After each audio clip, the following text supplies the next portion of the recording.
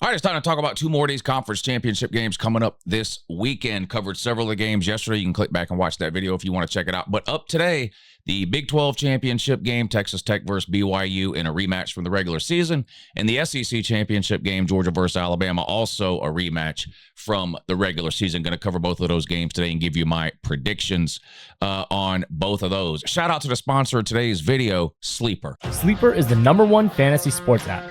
It pays to know sports. Pick more or less on top players. Your first pick is on us, so start winning now. Play in Texas, Georgia, Minnesota, and 27 more states. Pick anytime across all sports, pregame or live. Over 10 million players are already on Sleeper. Make your picks count. Score up to 1,000 times your cash. Join today. Get up to $100 credit using code LOU. Call your shot on Sleeper. Download now. All right, we're going to talk about the Big 12 championship game first, Texas Tech and BYU. Then I'll move to the SEC championship game, Alabama versus Bama. So if you want to skip forward or whatever to just a specific game, that's the order that we're going to talk about them. And I will be live streaming at 4 o'clock on Saturday over on the Patreon page for the SEC championship game, Georgia versus Bama. And I'm giving away $500. Click the Patreon link in the description of this video. It'll take you over to my Patreon page. It's $10 to get yourself signed up. And we're going to give away $500 on Saturday. Merry Christmas to somebody or to a couple of somebodies. Maybe we split it up $250 to two people. Anyway, 4 o'clock Saturday on Patreon. We'll hang out and watch Georgia versus Alabama in the SEC championship. The Big 12 championship game comes on at noon. ACC and Big 10 are prime time. All right, let's start out with Texas Tech and BYU. Now, of course, these two teams did play in the regular season, and, of course, Texas Tech beat them. Each of these teams have one loss, so they're both 11-1. Texas Tech's loss came on the road at Arizona State about halfway through the season in a game that Texas Tech played with their backup quarterback. Other than that loss, Texas Tech has not only won every game they've played, they've really controlled and dominated every single game that they've played. I'm going to go through some of these scores here, but they beat BYU, was it 3 or 4 weeks ago? At home against BYU, they beat them 29-7. BYU turned the ball over and was just not able to get any offense at all going in that game against Texas Tech, and they really controlled and dominated that game from start to finish. But listen to some of these scores of these Texas Tech games: 49-0, 48-9, 29-7, 43-20, 42-0, 42-17, 35-11, 34-10, 45-14, 62-14. They have breezed through this schedule. They have dominated every single team they've played. They've got one of the best defensive players in the country that I think a lot of people still don't know about or haven't heard of. Jacob Rodriguez, their linebacker. I think he's probably going to win the Buckets Award. I think he should win the Buckets Award. We'll see if he does or not. But so they play good defense. They play good offense, high level quarterback play. They can run it. They can throw it. They're stingy. They create turnovers. They play special teams. They don't commit penalties. They check every single box you're looking for. The only knock, if you're looking to find one, against Texas Tech would be, I guess, their schedule. They do have a win against Utah, 34-10, and Utah is a currently ranked top 15 team in the playoff committee's ranking, so that, of course, is a quality win. They've got the win against BYU, who is in the top 10 or 11, I think it is, of the playoff committee's current rankings. So they've got those two ranked wins. And, the Big 12 kind of is what it is beyond that. But again, it's not like they're winning these games 13-10. They are absolutely dominating and destroying everybody they've played. BYU, on the other hand, is kind of a similar story. They started out, 1-0, 4-0, 5-0, 6-0. Everybody was kind of waiting on that Texas Tech game. They dropped that one. Then they got to the last month of the season. They had 3 or 4 games remaining, and you're like, okay, I saw this last year from BYU. They'll lose a couple of games in November and play themselves out of it like they did last year. Well, that wasn't the case. They just kept on winning. And they finished the season 11-1. Their only loss, like I mentioned, on the road at Texas Tech in the regular season. So we do have a rematch here. But their scores: 41-21, 44-13, 41-27, 38-24, 34-13. So more than their fair share of blowouts too. Utah, who's the best common opponent that both of these teams played, that was a close game. They won 24-21, whereas Texas Tech kind of handled them. There's a couple of different ways to look at these rematches. I talked about it in yesterday's video too, where there was a couple of rematches in the conference championship game. But you have this talking point that floats around all the time about how it's hard to beat a team twice. I don't agree with that. I think it's hard to beat a good team. Whether you play them once, twice, 3 times, 4 times, I think it's hard to beat a good team. Either of these teams would beat, Colorado, no matter how many times they played them, right? Now, Colorado's not a good team. These two teams are.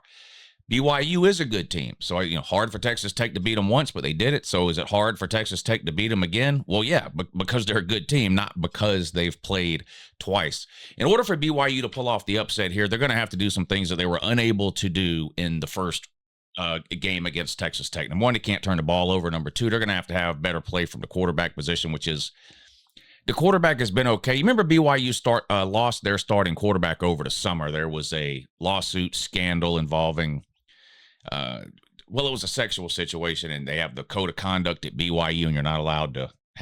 Anyway, it was a mess. Retzlaff was his name, I think, the BY Jew, they called him last year. So he had to leave, so they had to, last minute, the backup becomes a starter, that kind of thing. And he's played okay. I mean, I don't want to talk too bad about him here. I mean, BYU's 11-1. They're a top 10, top 11 team. They're a good team. But the quarterback play has not been, I think, what BYU hoped it would be. And given the change happening at quarterback so late in the offseason, maybe that's not a surprise, but he's going to have to play a lot better. I've been riding Texas Tech every single week this season. They have not only won, but covered the spread in every single game they've played, with the exception of their loss on the road at Arizona State, the only game they lost, again, without their starting quarterback. The spread in this game is pretty high for a conference championship game. Texas Tech is favored by 12.5. That's the second highest that anyone is favored in any of the conference championship games. James Madison is a 23.5 point favorite, I think, in their conference championship game over Troy.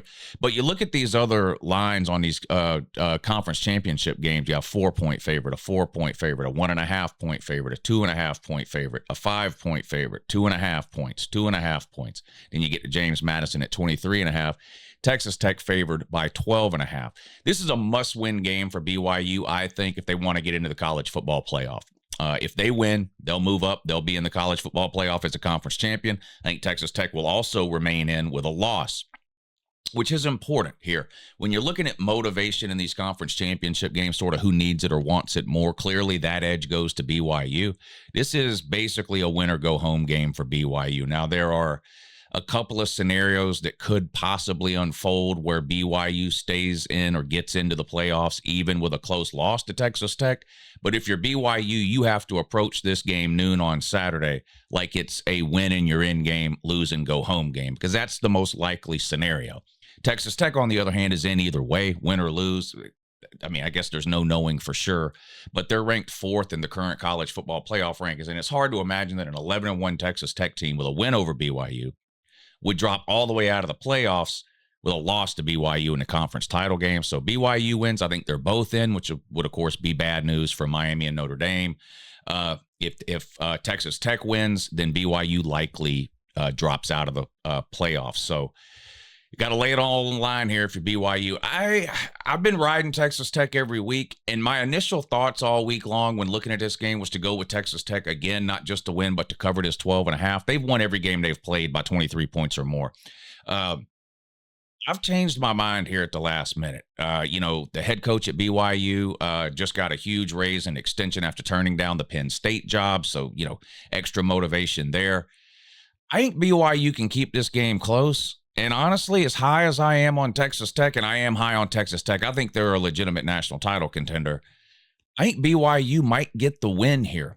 I'm going to take BYU plus the 12.5 points and hope that they can keep it close in the Big 12 title game against Texas Tech. Now on to the SEC championship game, Georgia versus Alabama. This game is 4 o'clock on Saturday. Again, I'll be live on the Patreon page streaming this game. So if you want to come hang out, there's a link to the Patreon page in the description of the video. Just click that link, get yourself signed up. It's $10, giving away $500 at halftime of the SEC championship game over on the Patreon stream. So come win you some Christmas money.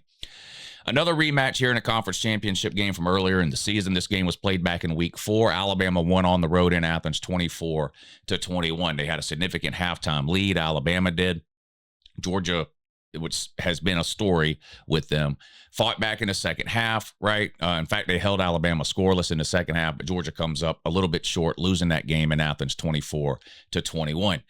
These two teams have played in the SEC championship game 4 or 5 times, I think it is, over the history of the SEC championship game, and Alabama's won every single one. We all know Kirby's record against Bama, 1-7. Alabama has absolutely dominated Kirby Smart. Kirby Smart's done pretty well against almost everybody else in the country, with the exception of Alabama, but he does seem to have some sort of Alabama problem. So if you want to look at it from that perspective, that's a fair perspective. There's an analysis out there of this game that's hard to push back against that takes about 5 seconds to explain, and it's just, well, Georgia never beats Bama, and Bama always beats Georgia, so I'm taking Bama. And if someone wants to make that case in that argument, we talked about it on the call-in show last night, you really can't push back against that. I would tell you that Michigan always beats Ohio State, and Ohio State beat them last week. So, past wins and losses aren't always an indicator of future wins and losses. So, streaks can be broken. There's also the fact that Georgia has never lost to Alabama in a same season rematch. Now, there's only been one of those. It was the national championship game back in 2021, Georgia's first national title under Kirby Smart. They lost to Bama in the SEC championship game, had a rematch in the national title where Kirby Smart and Georgia came out on top. That's actually happened 3 times under Kirby Smart at Georgia, where they have had same season rematches, and Kirby Smart is 3-0. There's the Bama situation in 2021. There was a rematch with Auburn in 2017, where they lost to Auburn in the regular season and then beat Auburn in the SEC championship game. And then there's Texas from last year. They beat Texas in the regular season on the road and then beat them a second time in Atlanta in the SEC championship. So Kirby Smart 3-0 in same season rematches, looking to make it 4-0. If you go back and you look at the first game between these two teams and you pick out sort of some key things here, Alabama, Ty Simpson played probably the best game of the season for him. He completed a ridiculous percentage. They were 13 of 16 on third downs, which is just mind-boggling, especially when you consider the fact that Alabama can't run the ball and barely even tried to run the ball in that first game against Georgia. They had well under 100 yards rushing. Georgia had over 200 yards rushing, still lost the game. That 13 for 16 on third downs, if you're looking for one stat in the Alabama-Georgia game, that's the one. That's what won the game for Alabama. Extending drive after drive after drive. Georgia would win first and second down defensively. Ty Simpson would make an amazing play on third down and extend the drive. Happened over and over and over again. I don't know how much you follow third down stats, third down percentages, third down statistics, but 13 out of 16 is video game level percent. It's an insane number. Georgia, on the other hand, was like 2 for 8, something like that on third down. So Georgia had one of their worst offensive performances of the season on third down. Alabama had their best offensive performance of the season on third down. Now, what's likely to happen, I think, in this game is both teams sort of regress back to the mean of that number. I don't think Georgia will go 2 for 8 again. I don't think Bama will go 13 of 16. Again, I think those numbers are likely to flatten out here in the rematch. I still don't expect Alabama to be able to run the ball here. They're going to be without Jam Miller, most likely. Their starting running back, which leaves them with Daniel Hill. They're without a couple of players on the defensive line. They're without a starting tight end. Georgia's without their starting center. They've got running backs banged up. They've got a wide receiver who's out. So, look, it's week 14, week 15. We're into conference championship week. Every single team in the country has players that are either hurt and not playing, or hurt and are playing, or injured and out, or whatever. It's just the reality of football, right? It's why you have 105 scholarships and not, 22 or whatever. So both teams are banged up. Ty Simpson, I think, in order for Alabama to win this game, is going to have to play close to the level he played at last time on the road in Athens, which he played out of his mind. There's no question about it. Both teams are coming off kind of a lackluster performance in their rivalry games to wrap up the regular season. You had Alabama sort of surviving at the end against Auburn in the Iron Bowl. Georgia with arguably their worst offensive performance of the year against Georgia Tech in their regular season finale, where they won 16-9. I do feel like Georgia, if you look at the season from the point Georgia and Alabama played the first time till now, I do feel like Georgia has gotten much better, particularly in a couple of areas. Offensively, when it comes to running the ball, and defensively when it comes to pass rush. Alabama, on the other hand, it feels like has gotten a little bit worse, particularly in the month of November. Alabama has really struggled offensively. Ty Simpson, I don't know if he's hurt. He hasn't looked as good to me over the last month of the season as he looked in the first 2 months of the season. Maybe that's defense is starting to figure him out. Georgia was able to get no pressure at all on Ty Simpson in the first game, and really that was a problem Georgia had against everybody they played through the first 6 or 7 weeks of the season. But in the second half of the season, Georgia's pass rush has really come along. That's going to be a key to this game here. They're going to have to get Ty Simpson under some pressure here, force him into some quick decisions, make him move off his spot, disrupt his timing, that sort of thing. Jeremy Bernard, Ryan Williams, obviously both high-level wide receivers. Now, Ryan Williams has been kind of a feast or famine type of player for Alabama. He still makes the highlight reel type catches every couple of weeks, but he also seems to disappear for games at a time sometimes. They're without their starting tight end, but Jeremy Bernard's really good. They got Horton on the outside that can make some plays. So there's going to be weapons here on both sides of the ball. I think this is going to be another close game. I think it's going to be another fourth quarter game. I've picked Alabama to win this game the last 2 times these teams have played. I picked Alabama back in week 4 of this season. I picked Alabama last year when they played in the regular season in Tuscaloosa. I have a feeling Georgia gets it done this time. They're a small favorite. It's, the line opened at 1.5 in Georgia's favor. It's been bet up to 2.5. I think Georgia probably wins this game somewhere in the neighborhood of 3 to 6 points. I do think it'll be close. I do think it'll be a fourth quarter game. I think there's less pressure on Georgia in this game, believe it or not, than there was in the regular season matchup. A lot of pressure there early in the season. You had this sort of the heat of the losses that Kirby Smart was dealing with to Alabama. Georgia had a massive home winning streak on the line. As many times as Kirby had lost to Bama, he had never lost to Bama in Athens. A lot of pressure to win that game in front of the home crowd. It didn't happen. Seems like all the pressure's on Kalen DeBoer in this one. There are some people out there who think that if Alabama loses this game, they'll be out of the playoff. I don't think that. I don't see how the committee is going to take a team that's inside the playoff before conference championship games are played and then bump them out as the result of a loss in their conference championship game. So I find that hard to believe. But there are some people out there who are worried about that. Maybe if Georgia won the game 45-10, you could maybe convince me that was an option, but I just don't think that's going to happen. And even if it did, I still am not convinced that the committee would move Alabama outside the playoffs, considering they're in the top 10 before the conference championship game is played. Alabama missed the playoffs last year in the first year under DeBoer. If they were to lose this game and somehow miss the playoffs again, it would be absolute disaster for him in Tuscaloosa. So I feel like, as weird as it might sound, there's actually more pressure on Bama here to win this game. If Bama wins, I'm not sure how far up they would climb, but it's possible they could jump all the way into the top 4 and secure a first-round bye, but they would be getting a home playoff game in the very least if they win this game. Georgia, if they win, will most definitely get a first-round bye. If they lose, they'll almost definitely host a home playoff game in the first round. So I think both teams are headed to the playoffs either way. I think it's going to be a great game. I can't wait to watch it. But for the first time in the last 3 times these 2 teams have played, I am going to take Georgia, and I think they covered a 2.5. Appreciate you watching. Have a good morning.